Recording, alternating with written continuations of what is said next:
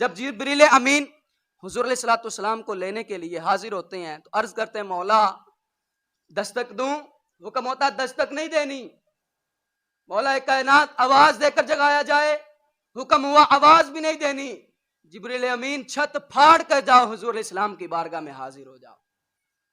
اب یہاں پر حضرت جبریل امین جب چھت پھاڑ کر آتے ہیں تو یہاں پر علماء نے چند باتیں لکھی ہیں۔ اب کہتے ہیں کہ جبریل امین چھت پھاڑ کر کیوں آئے؟ علماء کلام نے فرشتوں کی تعریف لکھی ہے کہ فرشتہ وہ ہوتا ہے جسم لطیف نورانی یتشکل باشکال مختلفہ، کہ فرشتہ ایسا لطیف جسم والا ہوتا ہے، ایسا نورانی جسم والا ہوتا ہے کہ جو جہاں چاہے جیسے چاہے کسی کی بھی شکل و صورت اختیار کر سکتا ہے۔ اب لطیف کیا ہوتا ہے؟ لطیف کا مطلب یہ ہوتا ہے جو ہم بولتے ہیں یہ آواز بھی لطیف ہے۔ اس کو سمجھنے کے لیے ایک مثال دیتا ہوں۔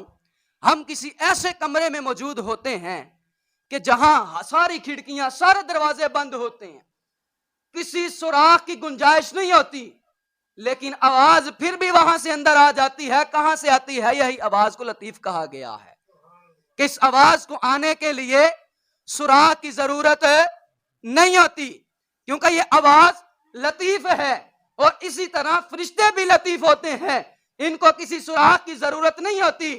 اگر سوراخ کی ضرورت ہو تو ہم غور کریں، جب قبر میں بندے کو اتارا جاتا ہے، منکر نکیر سوال کرنے کے لیے آتے ہیں، وہ کس سوراخ سے آتے ہیں؟ سارے سوراخ تو ہم بند کر دیتے ہیں، کوئی سوراخ نہیں ہوتا، لیکن فرشتے آ جاتے ہیں تو پتہ یہ چلا فرشتوں کو سوراخ کی ضرورت نہیں ہے۔ اور دوسری جگہ اللہ نے قرآن میں ارشاد فرمایا وَلَوْ كُنْتُمْ فِي بُرُوجٍ مُشَيَّدَةٍ، اے بندہ خدا تو مضبوط قلعوں میں بھی چھپ جائے گا، موت تجھے وہاں بھی آ کر پکڑ لے گی، کیونکہ موت کو کسی فرشتے کو راستے کی ضرورت نہیں ہوتی، سوراخ کی ضرورت نہیں ہوتی، وہ پہنچ جاتا ہے، اس کا جسم کہیں سے بھی گزر جاتا ہے۔